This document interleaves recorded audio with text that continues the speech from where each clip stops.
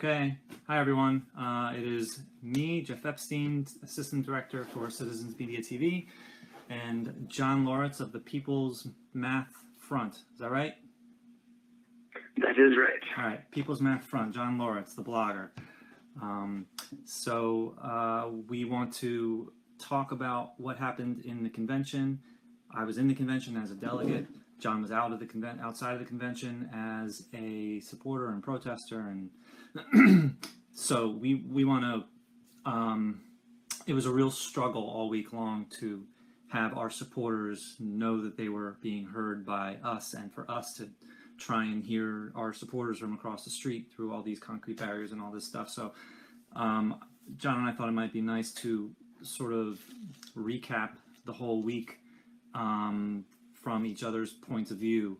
I thought maybe before we got into the convention itself, could we just sort of briefly step back and John, can you tell me, just briefly, like when you discovered Bernie Sanders, like how you really got in, what made you sort of dive into him, and just give us some background on that. Yeah. So how I got kind of into the movement then, huh? And actually, before you get started, I just want to say to the users, please let us know if you can hear John clearly, or if it's like staticky or too much or whatever, because we're experimenting with, because we can't have two people on video. I don't have no clue how to do that yet. So he's calling in on a speakerphone. So go ahead, John. So. All right. Yeah, it's actually an interesting story. I was actually told about Bernie Sanders when I was traveling in Ireland, actually, and a couple of kind of radical leftist Irish guys. They kept buying me beers, and they were telling me about Bernie Sanders, and they made me. I got excited about it too. I was like, oh, cool, there's someone real, running, and they made me promise that I'd do everything in my power to get him elected, and so. So you didn't know him before they introduced you? I came back and. Huh? You didn't know him before these people in Ireland introduced you? Yeah, this was like a year before the convention. It was like shortly after Bernie had entered the race, actually. Okay. And they were telling me about it because I kind of gave up on American politics a long time ago, and so I wasn't really paying attention actually. And then these Irish guys kind of shook some sense into me, and I was like, oh wow. And then I came back, and I was watching him pretty closely. I'm suspicious of leaders, of politicians, and everyone like that. But it was during the first debate when Bernie Sanders unhesitatingly answered the question, like, do Black lives matter or do all lives matter? And the other people on the stage kind of gave these, or it might have been the second debate, I don't know, but they gave these roundabout answers. And Sanders really matter-of-factly, Black Lives Matter. And I was like, oh, wow. I remember the tone. I remember the actual tone of voice that he actually said that with. He just said, it was like, Black Lives Matter. Yeah, it was just matter-of-factly. It was just like, yeah, Black Lives Matter. and it was done, It wasn't like some complicated thing. He just acknowledged it straight up. And then the bird thing happened, and I'd say I was pretty converted.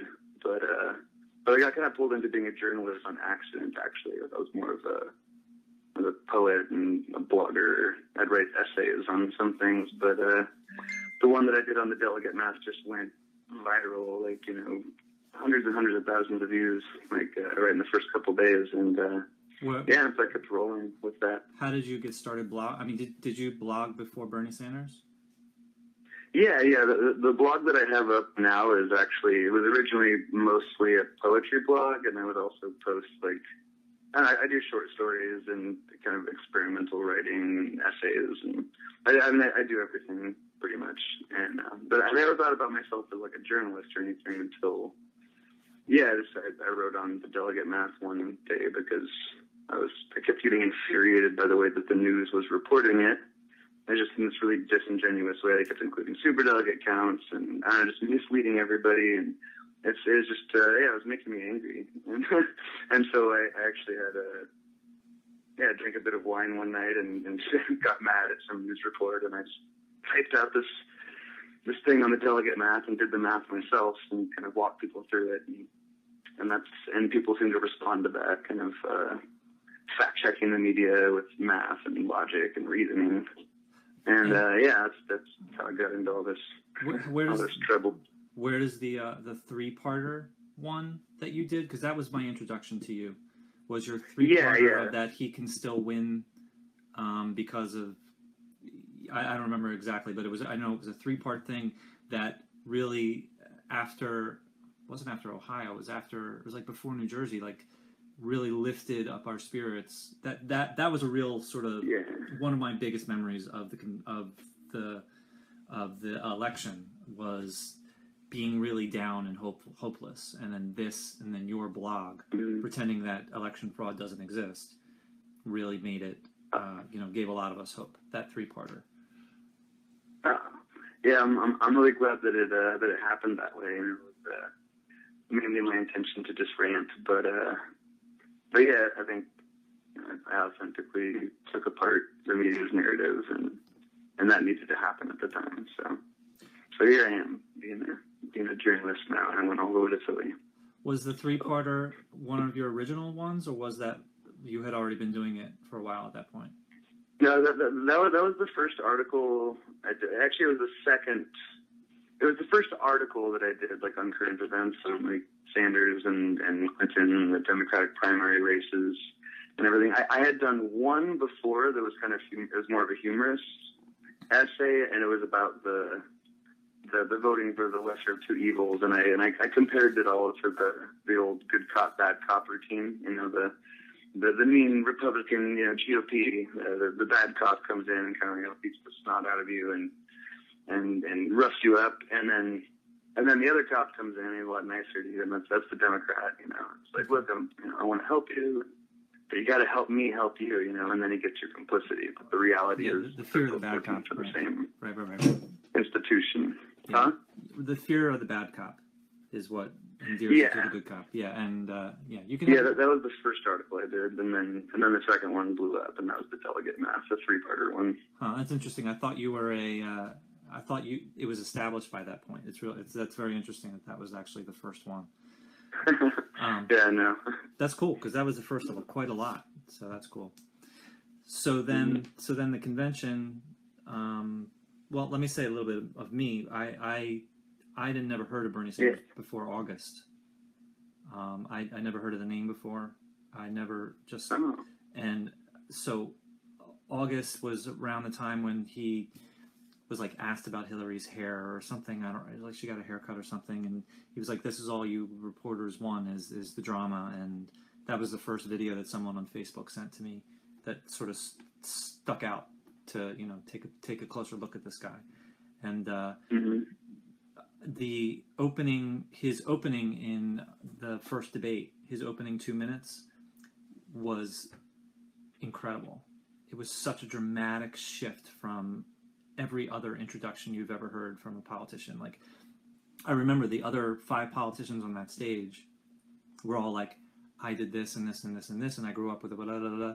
And then Bernie Sanders was just like, things really suck, and we really need to do. It just like really cut through just all of that nonsense, and just really struck me. And that's sort of when I switched over. And in fact, the what's his name, the Tom Hartman endorsement where he compares him to FDR was like, I had already like really loved him, but that's what switched me from just loving him to actually becoming an activist, was the Tom Hartman endorsement. So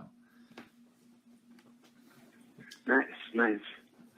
So the convention. So how did you end up like planning the convention, or that you wanted to come for the full week? Like how you came with Jonah, you drove, and like how did you?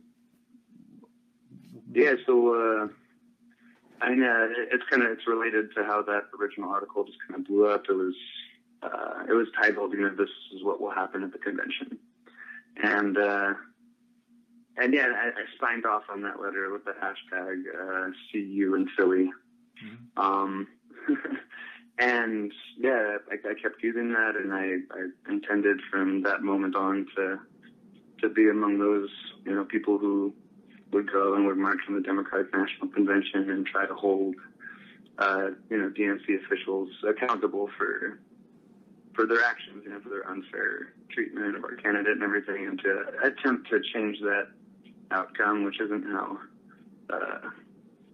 it didn't end up how I had hoped and predicted that it would, but it's been a pretty wild ride. But anyways, I didn't really have any plan. I'm like I said, I'm an artist. I'm a poet. That's my trade. And so we just got in my 1998 Honda Civic, and the night before, I sent out a little fundraising request with a link to my Starving Artist Fund, and I just said, hey, anyone who wants to support our journey to Philly and our journalism there, we promise in return to cover everything, as truthfully as we can, and to show you what, we can't trust the mainstream media to show you to the best of our ability. And that was one of the really high points of the last few weeks for me, was that, we just got an immediate response of a lot of support, a ton of small donations that then oddly ended up being just enough to get us there. Really? And to feed us, and just kind of fate took care of us. I don't know how it worked, but we got there. And you only put out the call for fundraising the night before you left? Yeah, I'm not a very well organized individual. No, that's not a bust on you. That's a compliment on everybody, coming together to support you. That's pretty incredible. So and I only made 2 fundraising calls. One the night before we left to go to Philly, and one the night before we left to come back. And each time, we got enough support to get back, and we spent the last dime that we had on the tank of gas that got us home. So pretty far out stuff. That's cool. So you just said that you went to basically broadcast the truth. I don't remember how exactly you said it, but that was sort of your purpose in going? Yeah. I mean, that, and I feel like I went as both a protester and as a journalist, which I guess might be kind of unusual in the traditional sense of the word journalist, but I don't know, kind of the Hunter Thompson kind of idea, gonzo journalism, is immersing oneself in the experience that you're reporting on. That's not how I didn't plan it that way or anything, but yeah, I am a protester. I am a person with a feeling of outrage in my chest that I wanted to express, and I wanted to shake on those gates, that damn wall they put up around everything. And I also wanted to record that, to write about it, to interview people, to tell people what was really happening, because my experience as a journalist throughout the primaries has been one in which the media has been very misleading, untruthful, disingenuous, purposefully so. And so it's kind of I have a personal bone with them now. It's kind of, I want to fact check them. I want to make sure that the things that they aren't reporting are reported, at least by someone, So what was the those are my goals. What was the form? I was so busy that I haven't had a chance to look at any of what the coverage that you did, because I had been doing so much myself. So just not the specific things that you covered, but just how did you cover them? Did you do just live streams all week long? Did you do writing? Or did you do blogging? There was a learning curve at first. I've never really gone anywhere with the intention of covering some event, let alone an almost week-long event like that. But so at first I went and I participated in the marches, and then, oh gosh, time is weird. It was only 5 days of convention protest altogether, but it feels like forever to me. But yeah, so for the first day or two, I think I participated in, and Jacob Yona, great artist, was with me with his camera. So he was taking photos to witness, what was occurring, and then I would write, an article or two in the evening about something that occurred. And then I started taking videos with my phone. I was like, wow, like it's just there's not enough time to really like participate in everything and write about it. So I started making videos, which I've never done before. I was kind of out of my comfort zone. Live But I stream was making them on my phone. or recorded videos? Huh? Live stream or recorded? Yeah, like recorded videos on the iPhone. And then it was actually you contacted me and you suggested that I do some live streams. And I was like, oh, damn it, that's probably right. That's probably the best way to do it. But I was actually really nervous about that. I'm not really, film isn't really my medium, I write, typewriter with pen, that's where I'm comfortable. So, but I think it worked out really well. I did a couple of, I did one live stream that was actually 2 hours long. I think that's the one. The last night of protests.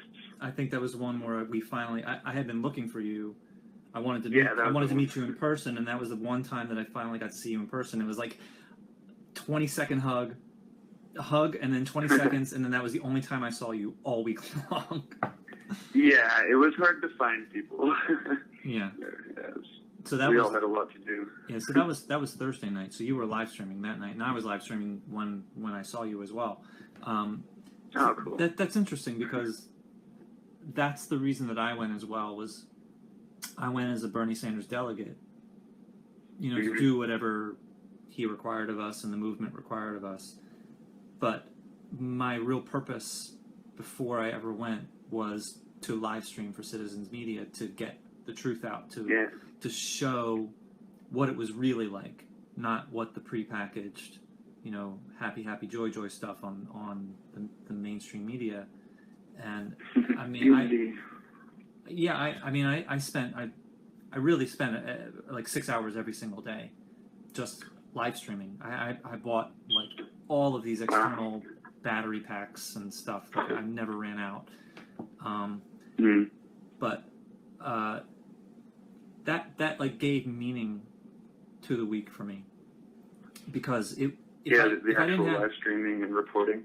If I didn't have you guys across the street, knowing, even if I couldn't hear you, knowing that you were there for us, and if I didn't have the people watching my live streams and giving the comments and saying thank you for doing this, like this is the only way that we get this information, that gave me a purpose. Like at first it was like, all right, you guys are making it easier for me, but it's not just making it easier for me. It's the people watching on Citizens Media and the people across the street at FDR Park made it. That was the reason that I did it. They were the reason that I did it. They're the people that care about what I care about. They're the, people that just want to watch the news all week long. They don't want to know about the walkout. They don't want to know about the gate being breached. They don't want to know about the struggle for protesters or supporters trying to contact the delegates on the inside.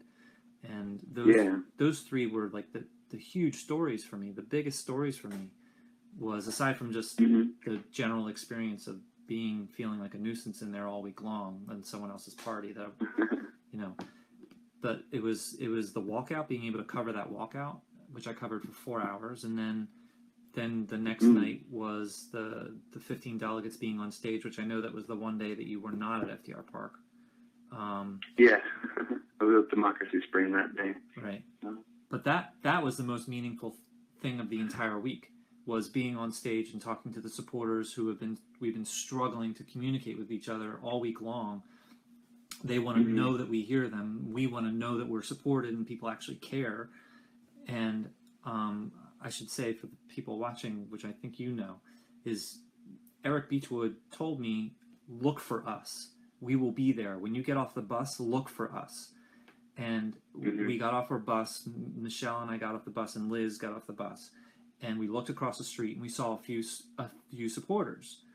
And it was really cool. And then we were like trying to communicate with him, whatever, waving hi. It was like far away.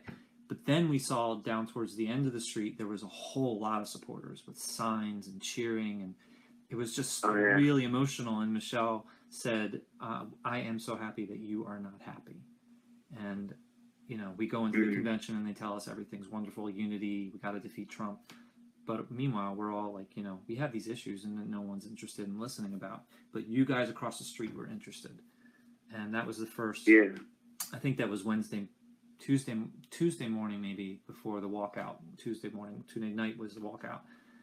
So yeah, the covering of it was really meaningful. So, yeah. So you participated in Sunday. You went to the City Hall or Thomas Paine Plaza, and like what? So what did you see? What did you participate in? I did. Yeah, that was the official kind of. Or it seemed like the kind of kickoff march. I'm not sure if there's anything before that, but that was the first thing that we knew about. Yeah, we had gotten to FDR Park the night before, actually, and then we had set up, and then we went down. We went down to Thomas Paine Plaza. We figured it wouldn't be too hard to find, and it wasn't. You know, there were people in Bernie gear, or in there was also the March for Climate Revolution, I think, or March for a Green Revolution. Okay. Anyways, it was an environmental march as well. Mm-hmm. And so you just kind of followed the people, and ended up there. We actually popped off and wrote a quick article like before the march began, like up to like down to the minute, and then we went running out to like join the people who were then getting ready to leave. And Jacob and I actually we got pretty close to the front. Like we wanted to observe the march. They had a van in front that like was leading us like on our first march. Down. We ended up on Broad Street and marching down to the convention. There was a lot of people at at its peak. I'm really bad at estimating people, but I mean it was in the thousands. This river of protesters, of people marching for Bernie Sanders, like on the convention. And then during that march, we also got the news, and they announced it over the megaphone that Debbie Wasserman Schultz had resigned, and there were cheers and there was like high spirits, and it probably wasn't the case, but like at the time, like us marching, it almost felt like us marching had something to do with that, had something to do with her resigning. But I think it was mostly about the leaks. So this is all about. Also interesting. This is all. Mm-hmm. This is all on Broad Street. You're still marching on Broad Street right now, down from. This is all on Broad Street. This was the first march, yeah. Okay. And the fire department, I guess, had loosened a few of the fire hydrants for us to kind of spray us as we walked by. It was, oh my God! I want everyone to know how hot it was in Philadelphia that week. So the sprayers were a good thing. It was very hot. There was a lot of people, and luckily there were people handing out water. I believe the city was dropping like big piles of water bottles like at intervals on Broad Street and FDR Park especially. But yeah, it was nice to be sprayed, and so we were grateful to the fire department for that. Cool. And we marched. We got there. There's just a lot of chanting. It was kind of in a daze. I mean, it almost kind of gets you high, like that amount of like kind of people being excited about something together, chanting, singing together. It's almost kind of dreamlike when I remember that first one there. And I actually got to an accident, but someone who was holding the banner in the front actually let go of the banner and kind of stepped away. I don't know where the hell they went, but then the guy who was standing next to that spot on the banner that wasn't being held anymore, the banner at the front of the march, said "Fuel the burn," and so he kind of like used his head and motioned me up. And so for most of the march, I ended up actually holding the banner at the front. Yeah, that's cool. and we marched to FDR Park, and then that was kind of the official beginning of the encampment, and that was the first day, and yeah, it's like the hope and the enthusiasm in the air was really palpable that day. And did you know other people there, or was it just you and Jacob? I mean, I know you connected with all the people that were standing around you, but did you like meet up with other people? Yeah, we didn't actually.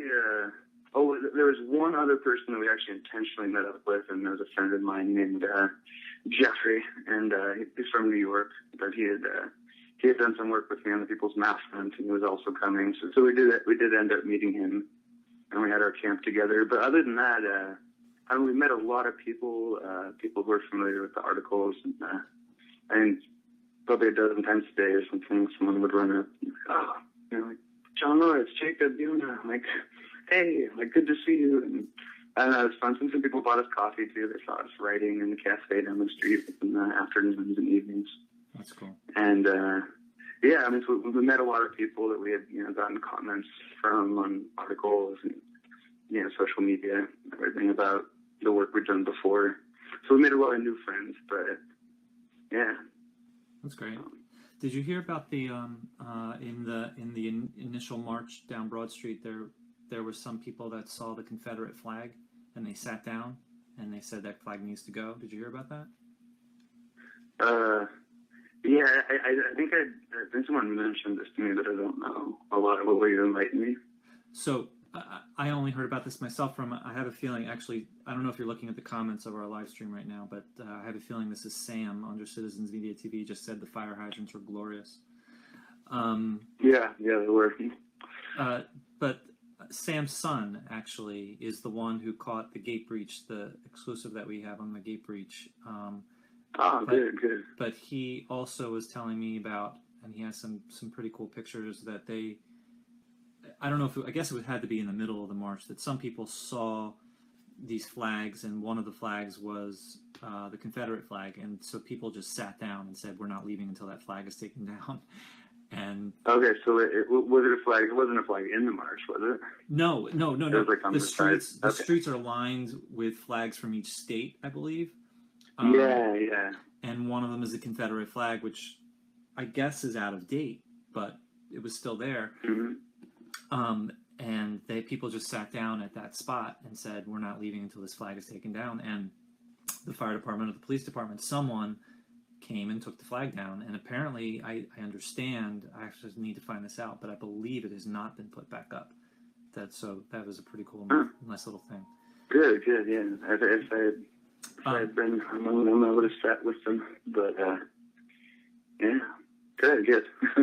Did you? There's so many inspiring instances of people doing like spontaneous activism, like throughout these marches, throughout the week. It's really amazing. Did you have being at the front of the march? Did you have any interaction with the police at that march? None that was like unpleasant. I mean, the police were present. They were around. They were around us, and there were some in there were some in the front. Kind of. I did have a little bit of interaction, and that was. So there was a van that was like leading us that had like speakers on the top, and they had some people like on top of the van who were leading the chants, with megaphones and speakers. Okay. And at one point, like, there was confusion because the cops diverted the van, but then was having us march forward. And so there's a lot of confusion there. The marchers, I think they were uncertain if that was supposed to happen, if that was planned in the march. So I did end up letting go of the banner for a minute, and I ran over and spoke with the people both at the van that had turned off, and I also spoke with some of the police that diverted them, and I found out that it was a part of the plan. It was just that vehicles couldn't go any further. Human beings could march further towards the DNC, but the speakers in the van that was leading us couldn't. Do you remember? And so then I ran back to the front of the march and kind of shouted and said the words, like, it's fine. This is like according to plan. So, I see. like, let's move on. The police aren't messing with us. That was part of the plan in the march. So, and the answer was marched on. That was the only interaction I had with them that day. Do you remember? I did have interactions throughout the rest of the week. Do you remember approximately where that was, or how far into the march that was? Like how close to the end that was when the car was cut off?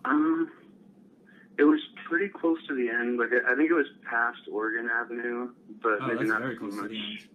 Oregon Avenue. Maybe not much past it. We were definitely on Broad Street. I think like maybe on a maybe a couple minutes after that marching, I could have hit the Wells Fargo Center with a rock. That's kind of it wasn't too far off.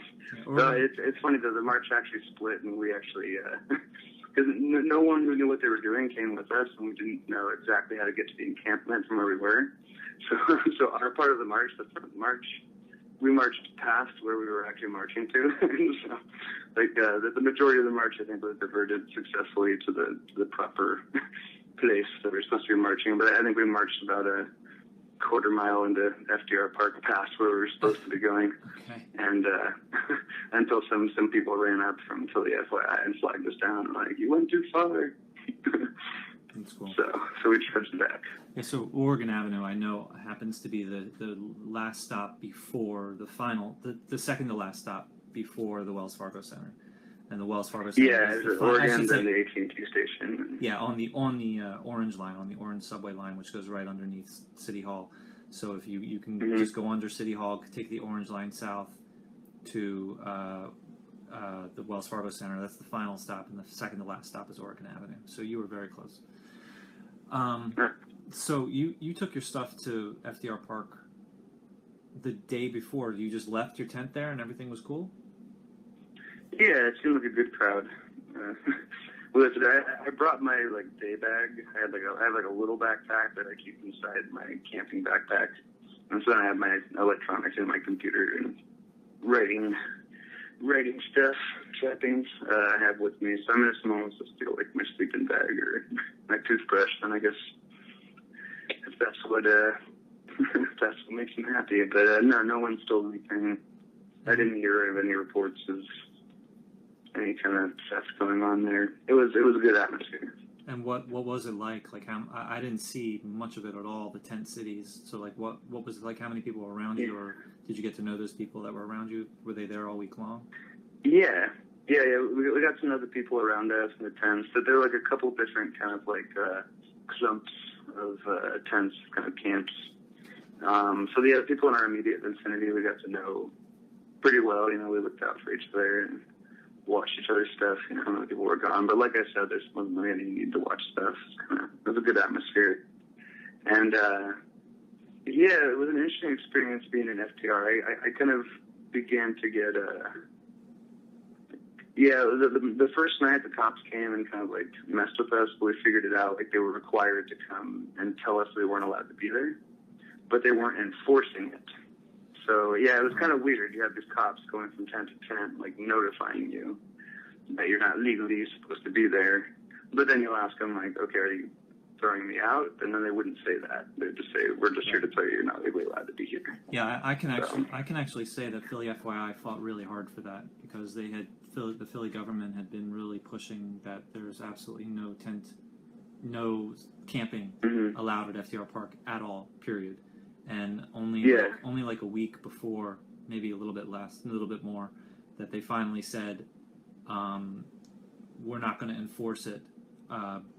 There is a curfew and people need to leave the park, but we're not going to worry about tent camping. We're not going to enforce. We're not going to get anybody in trouble. So basically, tacitly, or whatever you call it, allowing it, and that was a really big victory. So how many people are we talking about that were there in the tent city? Like I said, I'm bad at estimating numbers, but I studied pictures the math. of crowds. The math blogger is bad at. Okay. I'm bad at eyeballing numbers of people, but I did before I went. I studied pictures of crowds that had known quantities. So there had to have been between the different clumps. There was over 1,000 people camped, I think. But probably over a lesser amount of tents, but we know it's more than one people in the tents. And then there also, there seemed to be a lot of people who were smarter than us and got hotel rooms, way ahead of time. And so there were a lot of people also staying in town, sort of. So there were people in the camps, but then we would be joined by pretty large contingencies of people coming from the town and from marches and stuff. But I'd say there had to have been over 1,000, probably less than 5,000. And were they all condensed in people who were actually camped out? Were they all condensed? Sorry, what? Were they all condensed in a single spot, or were there multiple? No, like I said, there were a few different camps. So I was along. There's kind of a long clump of tents that was along the margin of there's a stream, and that was kind of a double-edged sword, because on the one hand you had shelter from the sun, but on the other hand, you had mosquitoes because you're next to the water. So we were there. Then there was another like clump that was more kind of in a grove of trees, kind of off to the left of the stage if you're facing the stage. And then there was another camp that was like on the other side. I think there were like tennis courts or something. I don't know, some kind of fenced-in area, kind of in the middle of FDR. And on the other side of that, like towards the entrance or exit, you know, where you'd go to the gates of the Wells Fargo Center. Over near that side, there was another large clump of tents, which I didn't spend a lot of time there. But yeah, so there was those three major groupings of tents that I saw, and then there were other like smaller kind of groups. Like, yeah, it was kind of, it wasn't all together. It was spread out over the park. Some people seemed to like their privacy more. Others were kind of in the middle of, in the thick of a tent encampment, you know, they're kind of playing music and doing stuff like that into the night. So yeah, there were all types, and it was spread out all over. And there was no trouble? There was no trouble within the tent camps themselves? No, not that I was aware of. I mean, I'm sure there might have been an exception or two, but I never got any word of any kind of theft occurring. There were no. I don't think we got bugged by any like ruffians or like aside from like the police officers that kind of came through and kind of like freaked everyone out the first night. So that was a little weird, but that was like the most trouble we really had there. So, and there would also be these like roving kind of like gangs, like motorcycle cops would come in every once in a while. We could never figure out the logic of like why they were there at that particular time or not. So it seems like they're just kind of showing their force or something. Seems like things. But yeah, it was a safe place to be. Seems like things really couldn't have gone better overall. I really didn't hear much negative, not from you or from really anything as far as things going wrong with the supporters or in FDR Park. Yeah, the only thing that I'd say like kind of went quote unquote wrong or was I did feel like and this is just maybe it's bound to happen with like this many people or whatever, but like there was a sense of disorganization during a lot of key points, like I don't know, so and also like kind of a struggle to communicate with what's going on inside the convention and like what is required of us, you know, like as protesters and kind of people with different ideas about you know how we should be protesting or where or whatever, and you get sometimes you get like one kind of organization that's trying to have their own rally, which then people would get kind of like irritated about because sort of like I splitting us up into these cliques and stuff now instead of us all kind of marching as one group. So there was kind of like a factionalizing. I don't know if that's a word, but splitting off into factions and some disorganization and kind of difficulty in getting coordinated and organized. So that was the biggest thing that I would say we could have done a lot better. What was the? I mean, there was the protest as far as like communicating to the DNC that you know we're upset, but there was also the trying to communicate to delegates of we're with you. Was there other sort of messages that they were trying to do? Yeah, it was kind of. So you had like. I think Tuesday is a good example of like what I'm talking about here, and that's that. So that was when Sanders, you know, kind of conceded and stuff. The walkout. And I'm trying to actually the walkout. Hold on one moment, Sorry, Michelle. Excuse me one second, Michelle. If you're there, if you could remind me, what was the day? What was the morning that we saw the delegates across the street when we got off the bus? I don't remember if it was the morning before the walkout or the morning after the walkout. Sorry. Go ahead. Oh, it's all good. Yeah, it's like on that day, it was like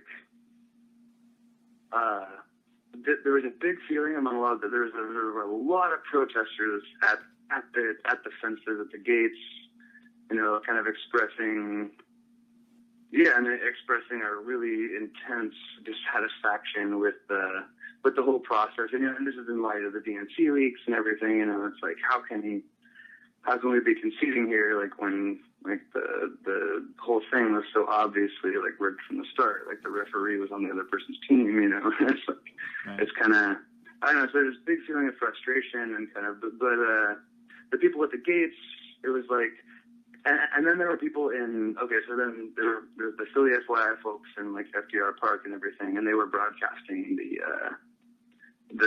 inside of the convention, like from, I mean, it looks like, I didn't even really watch it, so I mean, it was one of the main news channels. Really? Yuck. Kind of reporting. That's yuck. Why would you want to see that point of view? They should have been broadcasting like me or someone broadcasting like, you know, a delegate doing that. Yeah, exactly. And so it's like, but it was on like these 3 huge TV screens, you know, and so there was a feeling like I know I ran into and met a couple different like kind of on the ground like activists who were trying to kind of organize a little bit, you know, get like some intentional kind of demonstration going on instead of just a bunch of people shouting disparately, you know. And everyone, there was pretty like universal concern among the people who were actually kind of marching on the DNC, on the gates, on the walls, kind of you know, pounding and shouting and stuff. And there was a big feeling that these big giant TV screens in the meadow were sort of drawing a significant portion of people off of the marches and kind of splitting the numbers in half a bit. And so that day, this is probably the most like intense day for me. This is still, I went and tried to talk with the people. Sorry, go ahead. This is Tuesday you're talking about? Before the walkout? With the walkout? Yeah, this is Tuesday when Sanders was conceding. And so like a lot of people were kind of, the emotions were really high. And, but yeah, there was no clear like objective, like what do we do here? You know, what do we, like, some people were kind of like, let's tear down this wall, you know, and other people were like, no, it's all kind of like, you know, stomp and bang on the, you know, fence in unison and chant and, you know, kind of like demonstrate in that way. And there's kind of a big feeling of like, what do we do? And there's also a feeling of like, why weren't we kind of like organized and marching together? And instead we had like a lot of people like expressing their, you know, protesting, you know, at the walls. And then you had like another faction of people that was kind of like broadcasting things on TV and the meadow and all that. And it was kind of like, there was just confusion and there was disagreement among like the organizers about how to move forward. Did it settle? Or did it did the confusion settle throughout the week or did it continue? The confusion did settle throughout the week, although there were, like I said, during some pretty key moments, there seemed to be, like Thursday night in particular, there seemed to be a lot of difficulty in communication and kind of like misinformation or unclarity about what was happening, you know, or waiting for the delegates to walk out. Are the delegates locked in, or are they not locked in? Are they coming, or are they not? If they are coming, like where are they coming to? Are they going to march with us? You know, and we had different people telling us different things, like Sam and megaphones. And Sam just said, you know, I believe you know who Sam is, right? When I say Sam, Sam said it was very confusing to know which gate the delegates were going to be in. So. Yeah. But ultimately, you found us because Eric ultimately, I mean, Eric said, look there, and he was right. That's exactly where we got off. Yeah, it was a really confusing experience for a lot of the people on the ground, like kind of like not knowing who to listen to and who not to listen to. And yeah, like I said before that, there'd been kind of concern about like different kind of groups kind of like drawing people off of the crowd to have their own kind of politically specific rally, you know. So yeah, people were kind of on guard, like hoping not to be like led away to some kind of sub protest or sub rally. But we were doing our best to kind of stick together that night, and we got mixed results. Michelle, my fellow delegate, who I was walking around with at that time, said that we were kept blind as well. And we had no clue what was going on across the street. And it's a shame. It's a shame. If I had known that you were going to be broadcasting mainstream media, I would have said, you know, broadcast me, broadcast Citizens Media broadcast, you. Yeah. That would have been so much more meaningful to, infinitely so. It was kind of upsetting to say the least. Yeah, you didn't need to see. That's what we were experiencing. You didn't need to experience the same exact thing. You should have heard our interpretation of it. But okay, yeah. so could you give your perspective of what the walkout was like on Tuesday night after he conceded?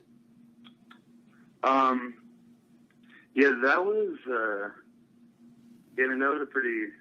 Tuesday was a crazy day. Like, I'm still, me and Jacob are actually, today we're going to make a timeline of the events and kind of confer with each other so we can get our facts straight, because there's so much going on. Real quick before the walkout, I wanted to touch on this TV screens a little bit more, and because I actually, I personally went back there and tried to talk with the people who were running the TV screens, and so while this was happening,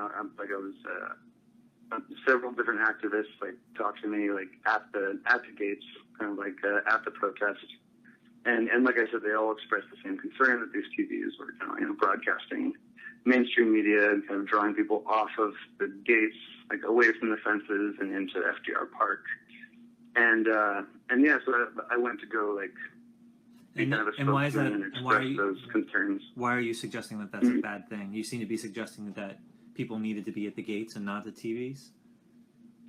Yeah. There seemed to be it was that's when there were several people who were broadcasting the audio, what was going on in the convention through some megaphones and stuff at the gates. So it wasn't like news wasn't traveling around at the gates as well. But yeah, it was kind of, it just seemed like we should all be together and protesting, especially at this crucial moment when it seems possibly the fate of the convention is kind of being decided at this at this event. And so there's a big feeling, at least I'm telling you the feeling among the activists who are at the gates, trying to kind of fan the flames of the protest there. And yeah, so I went speaking on behalf of those types of people and the people who were hoping for more of a unified protest, that solidarity between the different groups who were all there, and yeah, so I ended up actually sneaking back behind the stage on the Philly FYI stage where they were controlling the TVs and everything. I met a friendly guard and he motioned me over and let me in through the back, and went backstage. I was looking for who was in charge so that I could express these concerns to them. And yeah, it was a really strange experience. Lee Camp was back there and some other different people, and I found out that directly after it, they were planning on having more of kind of a celebrity panel of commentators to kind of unpack what had happened in a panel instead of protesting. But our and so our there was a big feeling of division. Our kinds of celebrities, though, not Yeah. I mean, yeah, sort of big figures in the the kind of left media that's been more on our side. The good people. Yeah, okay. Tim Black. Okay. But yeah, it was a really interesting experience, kind of conflicts between the kind of two distinct groups of people out there. So there were people who wanted to protest, and there were people who, it was more kind of an event in the park. You know what I mean? Mm-hmm. So there was a celebrity panel, like you said. Yeah, it was Lee Camp, Tim Black, and I'm not sure, there were a couple other people on there. And but yeah, and I finally met with some of the folks back there, and I was trying to convince them to let me, or for them to make an announcement, or to let me make an announcement, to turn off the TV or turn off the sound on the TVs for 30 seconds, so that we could kind of just make the announcement hey, there's a lot of marchers that are kind of asking for people to be marching with them and in solidarity with them at the gates. And we're asking to protest and to not just watch something on TV. Especially the kind of TV that Not the wrong kind of TV. The wrong kind of TV. Yeah, exactly. And they almost like listened to me about it, but like it seemed, I don't know, like ultimately, I don't know, it was actually kind of a negative experience for me. I don't feel like I was treated very well behind the stage there. You know what? I really wish I wish that I had known, because I'm on. I mean, I had been on Philly FYI for months, and I wish that I was there at that time to support you, because I totally agree with that, and I think it's a real shame, and I could have spoken to people and made a difference for that. Yeah, it's all good, man. Like, you know, I mean, they were also trying to do like what they felt was right and everything. So I don't want to vilify anyone back there. No, but I agreed. It's no bad actors, but it was still, it did not promote what we want to promote. Yeah. Yeah. So in the end, ultimately, I ended up. I ended up kind of. We got some megaphones that we borrowed from others, and we ended up going around the crowd ourselves, because the people behind the stage wouldn't listen to us, and so we had our megaphones and we were shouting like, "Well, I'm like, are we having a revolution, or are we going to watch TV?" You know, like, was it? Like, you know, I promise you can watch this on YouTube later. Like, but like right now, there's a march happening. And we actually ended up being successful in drawing a lot of the crowd to the gates that way. That's good. Was the people who were resisting, like the production staff, or like the hired production staff, or was it Philly FYI staff? I'm not sure. I don't know any of these distinctions. I'm really not sure. I don't know who they were. Like, I recognize Lee Camp, and there was one guy back there named Jeremy that I think I'm Facebook friends with, and but yeah, there's a lot of people there that I didn't know. And then when I hopped back there, you know, I'm a guy that got backstage without permission, and so like, who the hell are you? Yeah, damn. That's one. Hi, I'm John Laurits. I really wish I was there that time. We could have done something about that, but oh well. So can you? It's all good. So can you talk about your perspective of the walkout? Like, how did you know that he conceded, and how did you like hear about the walkout? Like, what was your perspective of it? It was like we heard that the walkout was occurring. There was so much going on, and there were so many people that I actually personally and you know, delegates just look like normal people, right? You know, so it's like when they were with us, it's not like. Well, we had our awesome like, little tags. They don't have like some kind of. Well, we had our awesome little uniform or something. Well, we had our really cool official looking hyper plastic holographic. Oh yeah. Tags. Yeah, those little badges. Yeah. On the little lanyard with the Democratic National Convention, and wasn't it Comcast was on there too? That was some. Don't you discredit my lanyard? Sorry, what? I said, don't you discredit my lanyard? Sorry. So, I mean, we must have had incredibly, just dramatically different perspectives of how the walkout started. Like, so it must have just been a rumor. Like, how did you hear about the walkout? It was a rumor for us. Like, I heard people shouting about it, like, in the crowd. Yeah, so yeah, it sounds like maybe we did have a dramatically different experience in this case. Because, yeah, for me, it was kind of murmuring. But like, you knew that delegates were walking out. And then, but honestly, there's so much going on at the gates that it was hard to. Yeah, I mean, it was pretty chaotic there for us. So what after that news sort of settled? What did you sort of come to the conclusion that had happened before you actually saw delegates? Honestly, like so I was at the march, which like I said was chaotic, but then the march kind of slowly coalesced as night fell. So what time did the delegates actually walk out? I'm curious about that. Yeah, that's a good question. I lost track of time. I would have to guess. I mean, I know maybe Michelle could help me, but my guess is it was something like 5:30, maybe 6 o'clock, maybe between 5:30 and 7. But I mean, I didn't see it happen. I mean, that's not correct. Oh yeah. I wasn't there when he actually conceded. I had gone up into the main hallway where it has like this, you know, the restaurants, the snack stuff.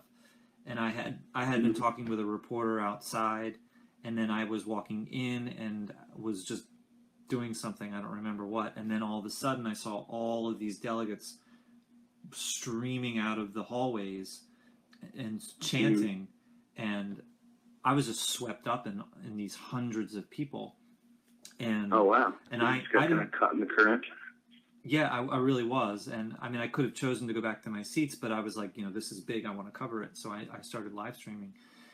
And so it's like, I didn't choose to walk out. I didn't choose. I don't know if I would have chosen to walk out. All right. Michelle says 4:45 is when it started. Okay. Another New Jersey delegate. All right. So yeah, I don't know if I would have chosen to walk out, but my estimate my original estimate was there was about 500 people, but I've heard between 400 and 1,000. So okay. Yeah, that's about what I've heard too. Estimates in that range. Yeah. So yeah, I was really in the thick of it. It felt really big because did you understand what the police presence was at the walkout? Yeah. So to be clear, so this is when so it was Tuesday afternoon. Yeah, around 4:35 or so. Yeah, we started hearing reports that there was a sit-in at the media tent, and that there were a bunch of delegates there, and that but there was a lot of confusion because hardly anyone appeared to know what or where the media tent was. But is this the time when the delegates kind of sat in there and the police? I guess I heard the police came close to arresting delegates at that time. I don't know of any delegates being close to arrest. Okay, do you know what I'm talking about with the? Yeah. No, I totally do. Okay, cool. All right, good. Then we're on the same page. The one thing that I learned on Wednesday night when the 15 delegates were on the stage at FDR talking to the supporters was that there was a lot of snipers. I didn't know that until I heard that on Wednesday, the day after. There were. I definitely witnessed people on the roof police with rifles on the roof of the AT&T station. I had heard about snipers, but other than just seeing those cops, I don't know anything personally about that. But did you see them in response to the walkout, or did you see them just generally throughout the whole week?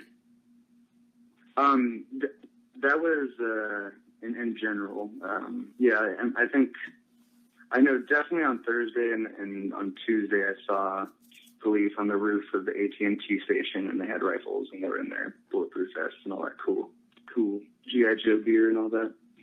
Okay. But yeah, and I heard people talking about snipers. All right. Well, and I honestly didn't take it that seriously. The cops seemed mostly peaceful to me. Well, okay. So what I saw, I didn't know there were snipers until Wednesday. I didn't see that. I wasn't looking up. But what I saw was, say something. I'm gonna just check the speaker. Sorry. Yep. Hold on. I gotta fix the Bluetooth. You switched speakers. Just give me a moment, please. I don't know. Okay.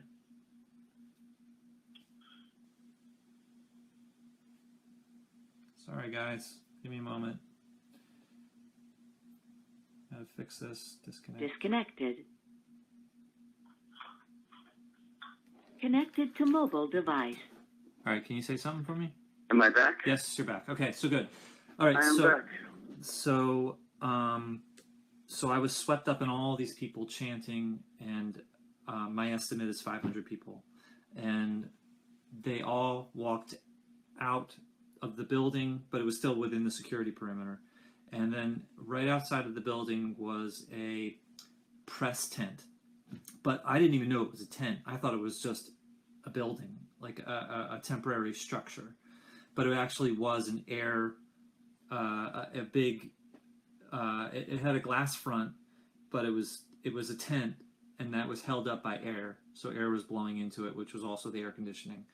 And so we have this. So here's the Wells Fargo Center. Here's where the delegates were walking out. There's this little sort of sidewalk thing here, and then here's the press tent. And here's the glass front to the press tent. So the Wells Fargo Center press tent, and I would say this is maybe 70 feet. And so delegates walked out and then walked right into the press tent. So here's where they walked out. They walked across the sidewalk and then into a door in the press tent. And then here's all this glass wall that you can see into the press tent. And then what I saw was, and I think Michelle is elaborating in the comments, what I saw was a lot of the people went into the press tent, but all I saw were people standing against the glass. And maybe there was like some other people behind, but I didn't really catch on what was going on inside. But there were people. The most striking thing to me about the whole experience was were the Bernie delegates behind the glass with stickers on them and tape over their mouths and signs, and they were standing right next to the window. And there were policemen in front of the window on my side, on the sidewalk side, on the outside of the building. Philadelphia cops lining, I would say maybe 40, lining the front of the building. And I heard that they were blocking the entrance, and I heard that they were blocking the entrance unless you had credentials. So I heard mixed reports on that, whether they were allowing people in and out. Okay, so it says Michelle that says that they were kept in. So Michelle was one of those people, and she had some stickers on her face from before, just something to do, and she was holding a sign, and there were a whole bunch of people that were behind this glass. And what the thing that most struck me was like in a movie where there's a refugee camp, and your whole family's in the refugee camp except for you. And you go up to the wall of this refugee camp, this fence with these small holes that you can stick your fingers through. And the only way to communicate or touch your children is to, stick your fingertips through this gate. And that's the only communication, the only touching that you can do with your family. That was the feeling that I had with the people behind the glass. And I was actually, I think, John, you're watching the video. So what I was doing was just going up to each of the people and just putting my fingers up to the glass, and we were just, touching like peace sign on each side of the glass. And that was really moving. It was really moving. That was like really, I want to say special, but it doesn't feel like the right word. It was just a really moving moment.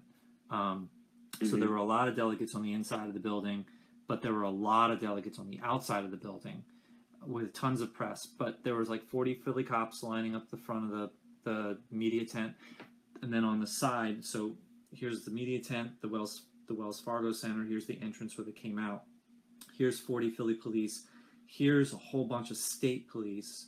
And then behind them was a handful, maybe 5, of Secret Service with heavy duty machinery, like army rifles, like machine gun, really heavy duty, scary stuff. So they just made their presence known like that. But nothing happened. No arrests. I didn't hear any conflicts, any tension beyond just the overall stuff. I didn't hear any individual or see any individual incidents. And I don't know of anyone that was arrested at all. It didn't seem like any. Yeah. There was one other thing that I wanted to say, which was there was this guy who said he was a Bernie delegate, and there was all this media around him listening to this guy, and all he was saying was, these petulant children, these spoiled children are they.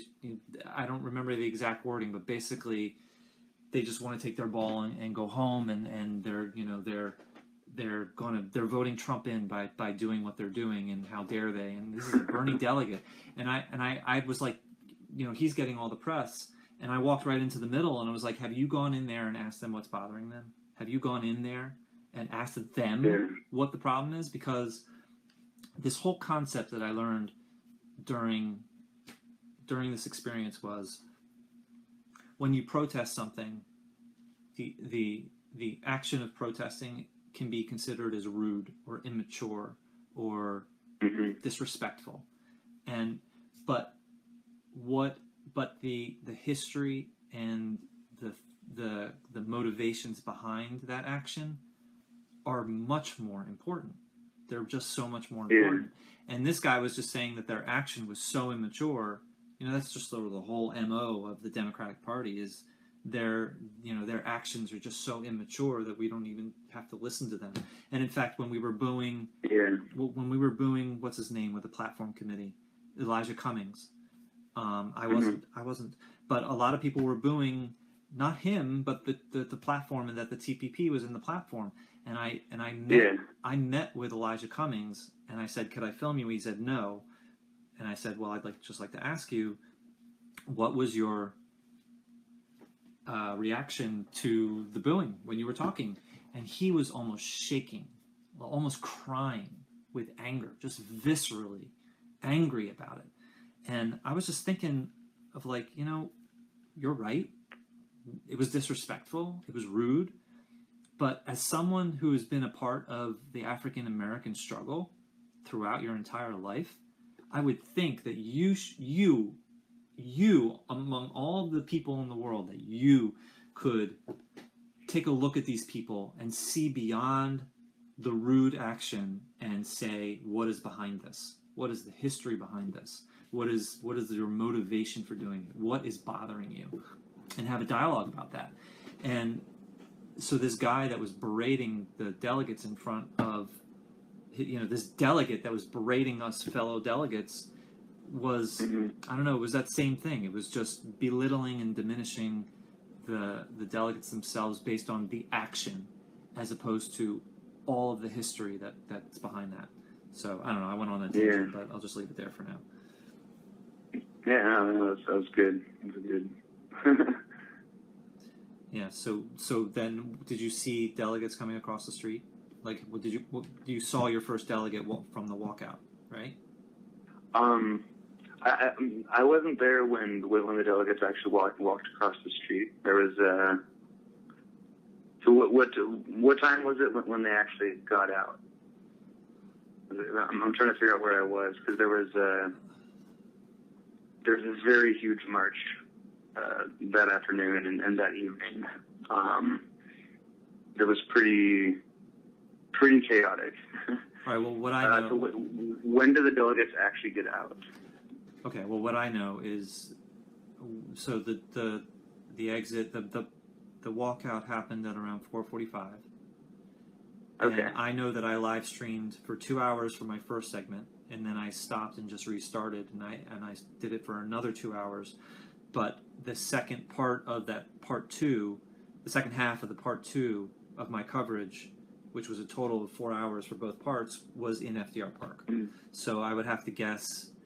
I'm pretty sure I walked across the street with Michelle that night. I don't remember, but I don't remember. Around 6 or so. Yeah, so it was like 4:45, 6:45. It was around 7:30, I would think, 7 o'clock, 7 or 7:30 that we actually walked across the street. I'm sure some people walked before then, though, because there was a lot of people in that sidewalk area.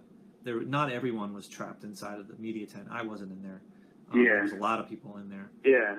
In the sidewalk spot. So, and at some point, I finally just walked out. Oh, I remember. I was with Shyla and some other people. So yeah, around 7:30. Okay. Yeah. Well, at that time, I believe I was down at the gates near the AT&T station. Okay. Where there were people kind of coming in and out of the convention center around there, and it was unclear like who all these people were, except that some of them seemed to be supportive of us, and other ones would like yell at us and shake their fists at us and things like that. But wait, who are these people that were shaking your fists? I'm not sure. That this was at around the time that you're talking about, I think when the delegates finally got out of the media tent. So I was near the gates, like near the AT&T station. Okay. Which is where a lot of the protesters were at that time, and there were people who would kind of like walk by like to and from the AT&T station, like behind the fences. So like they'd be like, I don't know, 50 yards from us or something, and we'd be chanting and kind of like, stamping, that kind of stuff.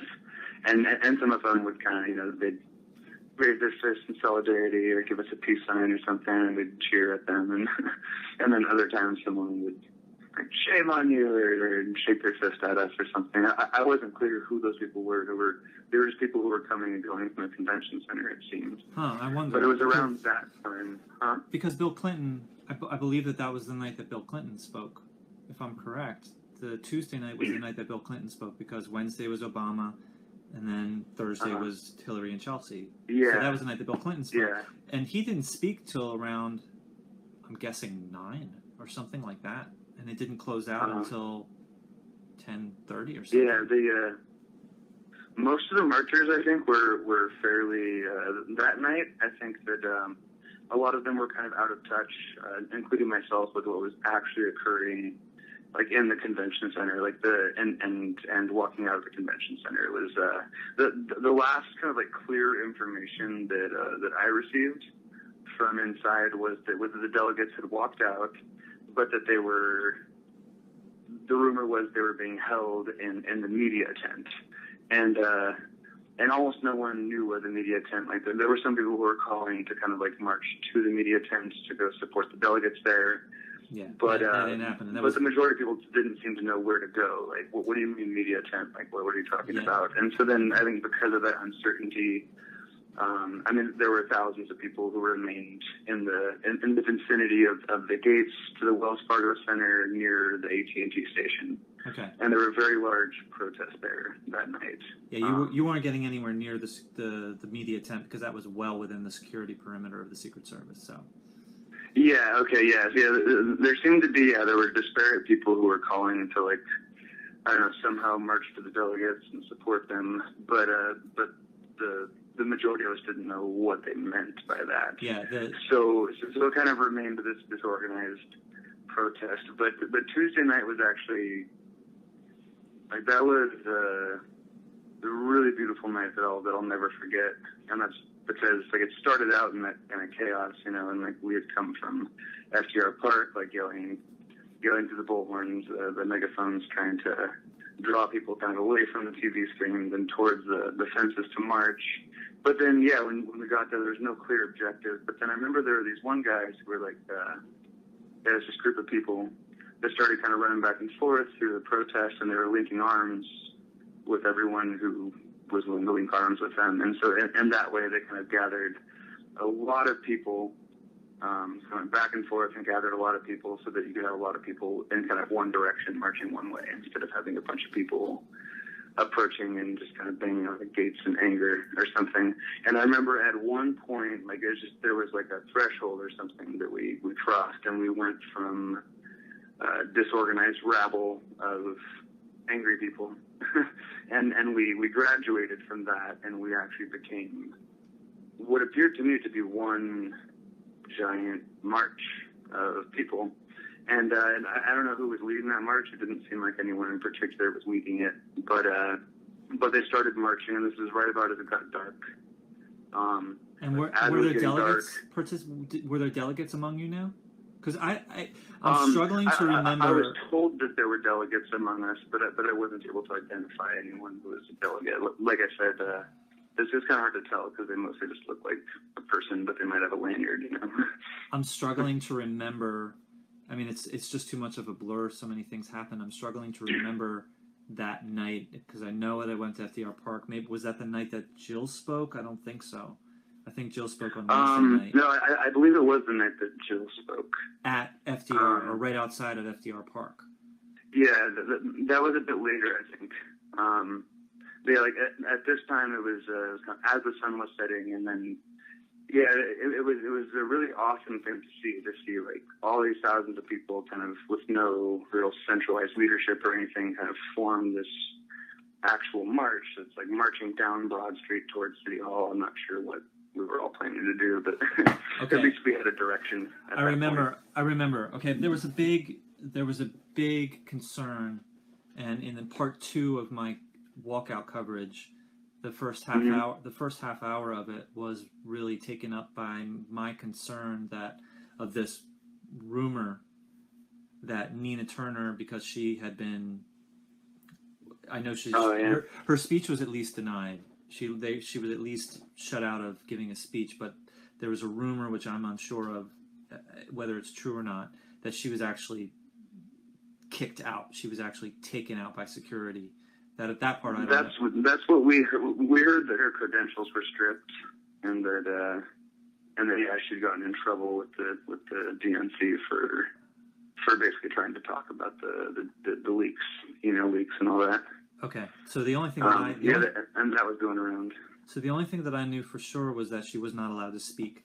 Although I heard that she was kicked out, but I wasn't sure. Okay, before I wasn't sure if that was true. But what was really concerning was that a delegate said that Nina Turner invited us to a march on Broad Street. The delegates who had walked out in the middle of this walkout.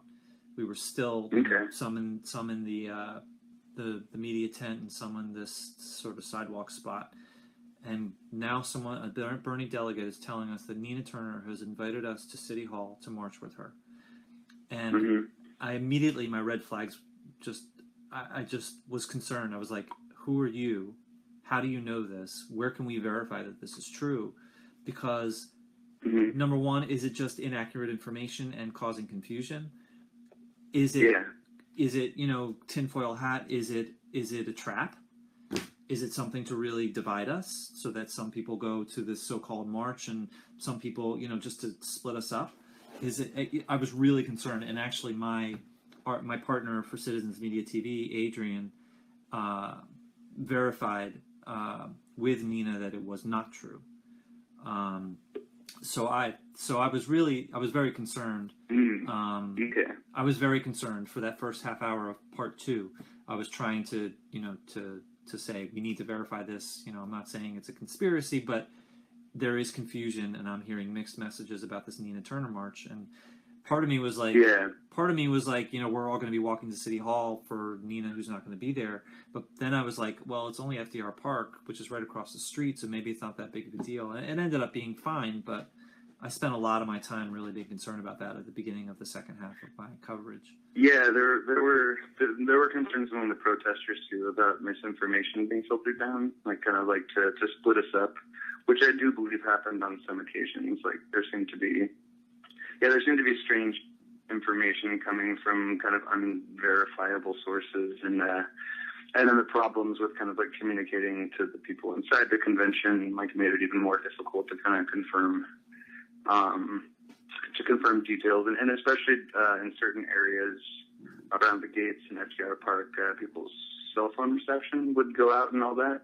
So under ordinary circumstances, sitting at Starbucks or whatever, we can fact check things, or hop onto Citizens Media TV and see what's going on there. And but it was really difficult to verify what was happening in real time and get accurate information out there. And yeah, we started to get suspicious of new information, hey everyone, march over here, wait a minute, who said that? Right. Right. And that was the only time during the week where I had that kind of concern. Yeah, on Tuesday night though, it was it ended up happening. Everything happened really well, I think, on Tuesday night outside of the gates, because we marched this huge river of people down Broad Street. That was the biggest one that I really saw. I don't know, it's hard to say. There were big marches every day, but the one on Tuesday night seemed particularly massive, and this it was really cool. This is from FDR Park to. This is from FDR Park to. Sorry, what? This is from FDR Park going north to City Hall.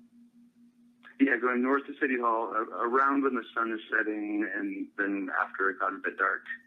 And people are marching kind of all as one. Like I said earlier, it has been a disorganized kind of chaos of emotion and confusion. But now, it was we were actually a self-organized kind of spontaneous march that I don't think was planned by anyone in particular. And then as they poured down Broadway, at this point, I actually peeled off for a second to sit on the sidewalk and write down some thoughts that I had and what was going on, to kind of send a dispatch out, some news to people who might be wondering out in the world who weren't able to make it to Philly. And then, but then the march turned around. I mean, it seemed like 20 minutes later it was coming back, and then I had a friend who was keeping an eye on the march for me, who was letting me know like when important things happened. And so he said that they had met, then Black Lives Matter like had been marching the opposite way. Oh, and this was down Broad Street toward the DNC. So and I guess the marches met. Huh? So you were marching from FDR Park going north on Broad Street, and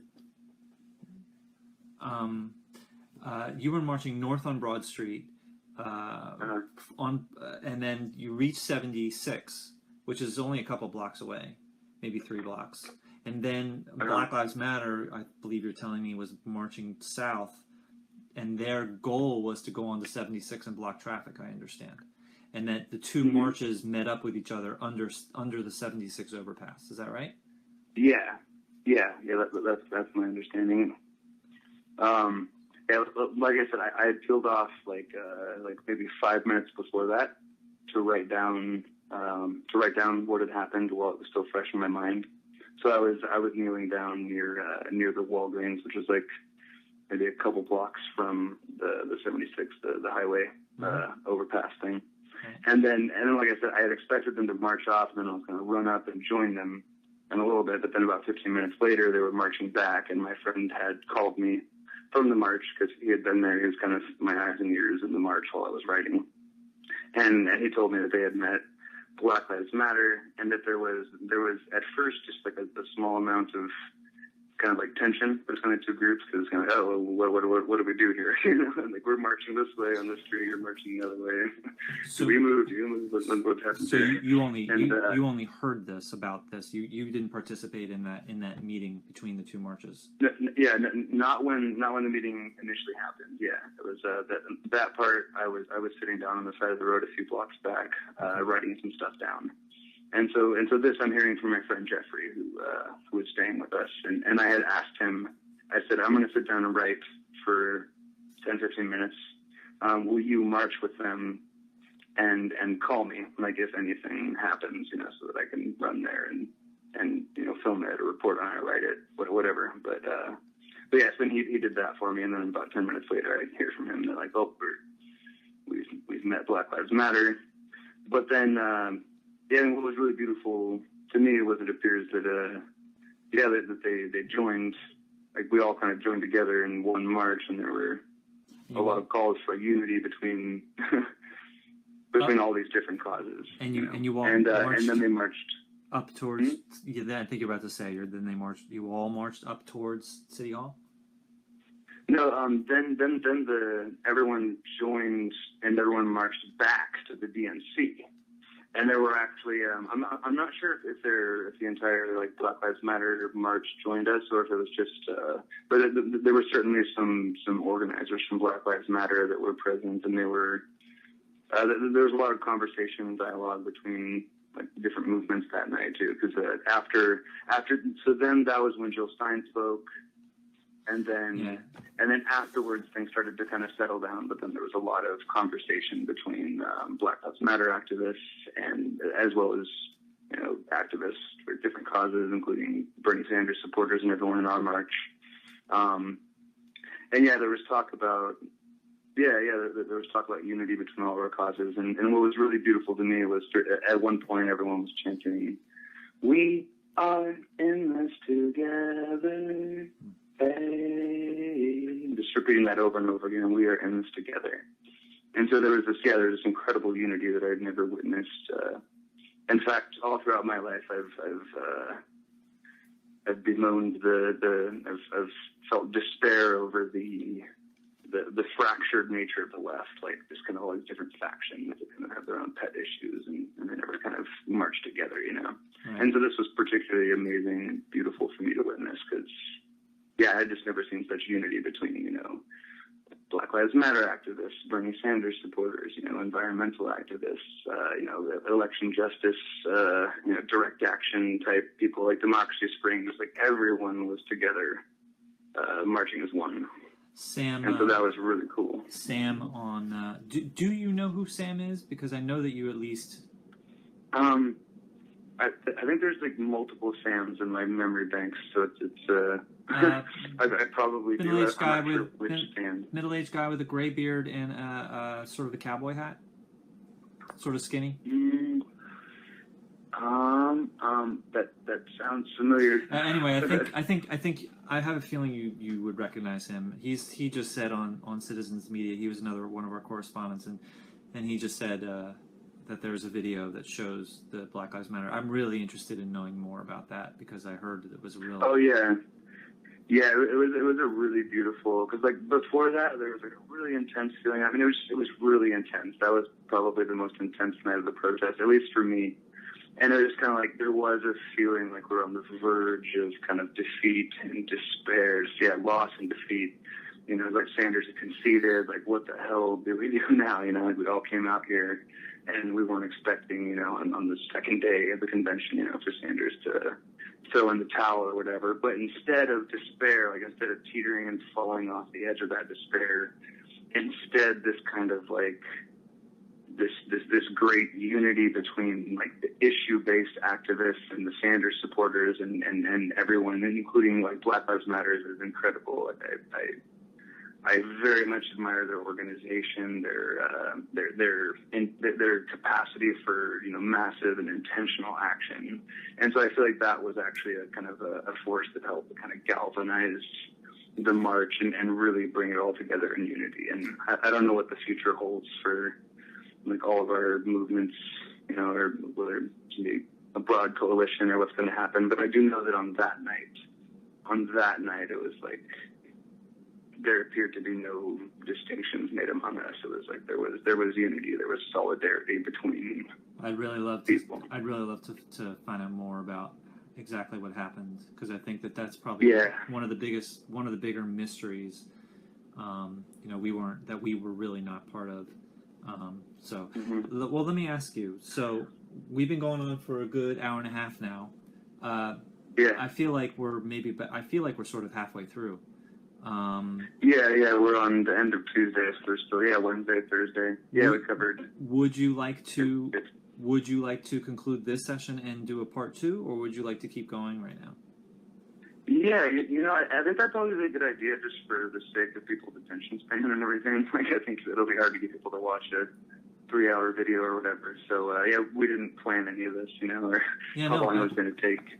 Yeah. It's like two parts sounds perfectly appropriate to me. If you're down with that, we could do another live stream tomorrow and start, you know, where we left off. And I think, what do you say, Jeff? I think that would be great. I think I would think that we should, if it's okay with you, can you do Thursday at 9:30?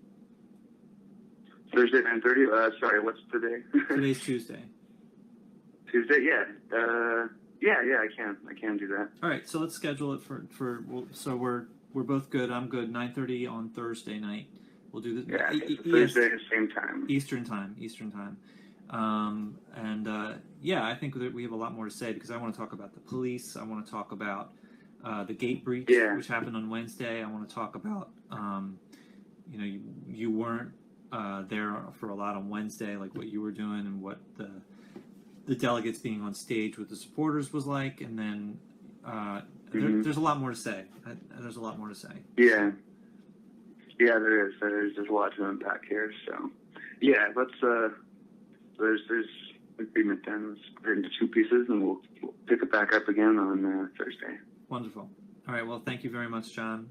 Thank you for having me, Jeff. And thanks for the patience of everyone to hear this disembodied voice for an hour and a half. But I'm really looking for solutions of having 2 people on the screen during a live stream where people can ask questions while we're doing it, and we have just not found a solution yet.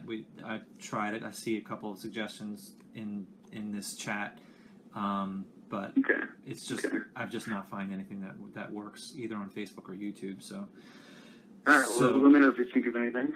Yeah, you too. I'm flexible. You too. All right. Well, thanks a lot, John. Thanks for everybody out there, Michelle and Sam, and everybody else that's with us tonight. Thanks for watching, friends. All right, so we'll see you on Thursday night at 9:30 Eastern time. You shall. All right. Yeah. Good night. All right. Peace. See you later.